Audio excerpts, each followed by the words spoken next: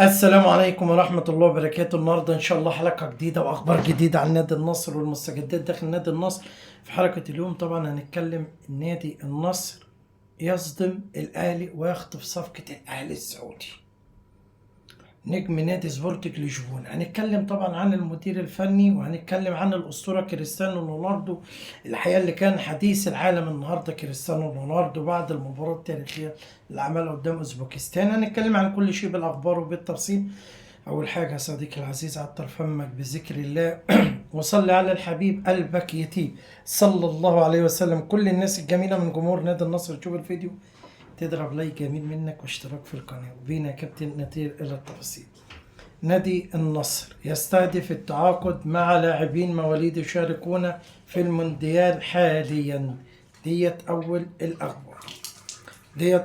الأخبار.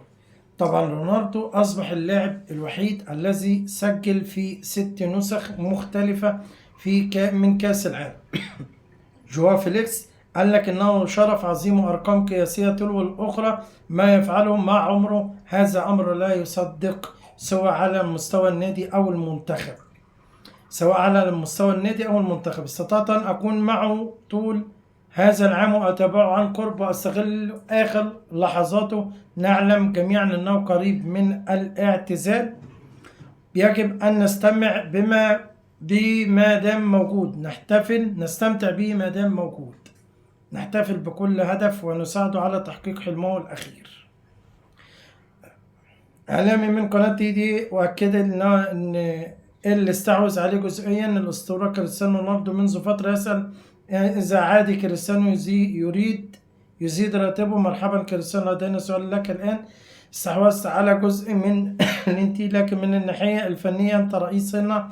أولا أنت أكبر رئيس في العالم، وثانيا نريد أن نسألك متى يمكننا التفاوض هنا على زيادة في راتب كريستيانو رونالدو. أنا لا أريد زيادة في راتب كريستيانو رونالدو، أنا لا أريد زيادة. ثانيا أردت أن أسألك عن تطور علاقتنا، هل يمكننا تولي منصب في شركة؟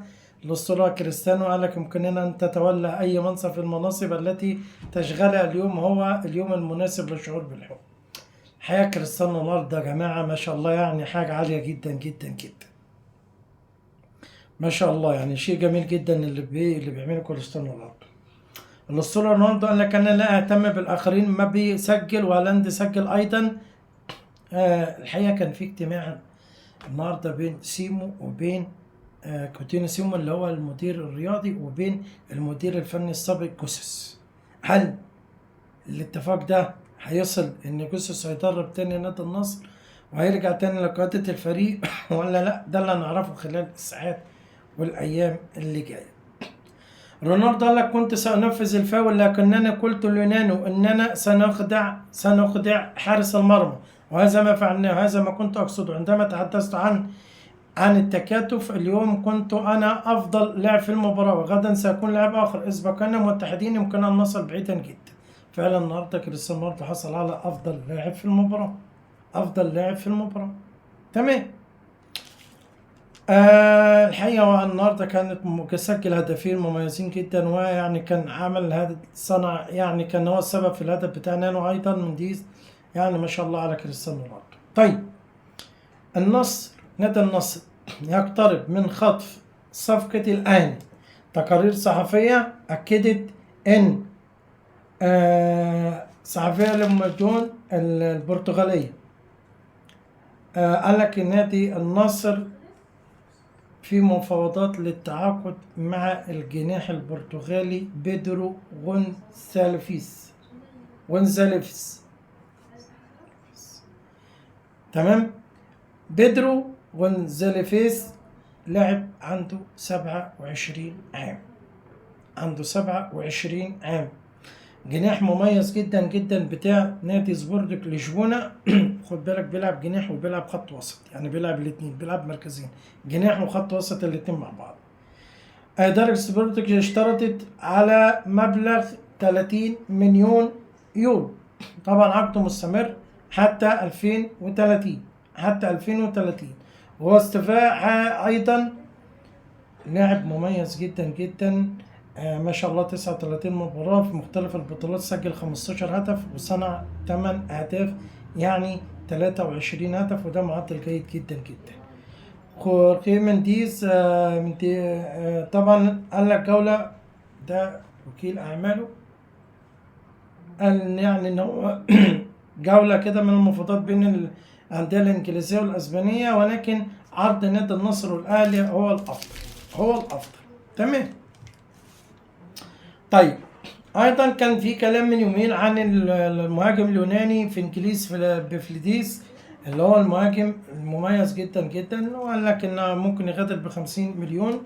فهنشوف اللي هيحصل بالنسبة للصفقات نادي النصر خلال الساعات اللي جاية. هنشوف ايه اللي هيحصل خلال الساعات اللي جاية. اعتقد ان الامور في تحسن كبير جدا، وحكاية المدير الفني هنشوف بقى ان كان جيسوس هيعود ولا هيجيبوا مدرب جديد. حتى الان الدنيا مش واضحة، ولكن كلام كتير جدا ان نادي النصر فيه داخل في اكتر من صفقة، والمدير الفني اللي هيجي هو اللي هيحدد كل شيء. ولكن هنشوف، يعني هنشوف كل حاجة إلا تحصل. كريستيانو رونالدو يكسر رقم زابيو ويصبح الهداف التاريخي البرتغال برصيد 10 أهداف. تمام. هنشوف طبعا بالنسبة للصفقات. أعتقد إن الأمور في تحسن مستمر، وإن شاء الله القادم بيكون أفضل وأجمل إن شاء الله. هنشوف إيه اللي هيحصل. أعتقد إن نادي النصر فعلا محتاج صفقات، إن نادي النصر فعلا محتاج لعيبه تقدم له الاضافه. نادي النصر محتاج لاعب ارتكاز، نادي النصر محتاج لاعب محور، نادي النصر محتاج مدرب على اعلى مستوى.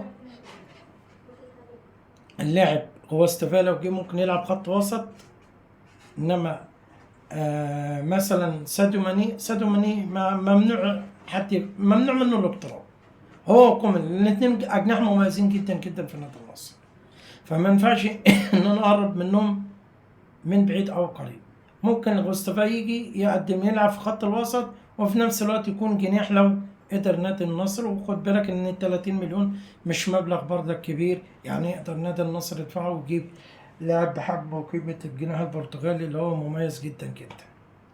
هنشوف اللي يحصل خلال الساعات اللي جايه. دي حلقة اليوم ودي اخبار اليوم. وطبعا بشكر كل جمهور نادي النصر لدعمه المستمر للقناة. الحقيقة بشكركم يا جماعة شكرا جزيلا، وان شاء الله القادم بيكون افضل، ونتمنى التوفيق طبعا للاسطوره كريستيانو رونالدو. الحقيقه ان النهارده قدام اوزبكستان جاب جونين جمال جدا جدا جدا، وبواصل التالق وبواصل كتابه التاريخ. والحقيقه في حب كبير جدا جدا جدا من جمهور نادي النصر ومن جمهور البرتغال ومن كل جمهور الحالي الاسطوره كريستيانو رونالدو لما يقدمه من معاني كبيره جدا جدا وارقام تاريخيه في كره القدم. بشكركم يا جماعة شكرا جزيلا، والسلام عليكم ورحمة الله وبركاته.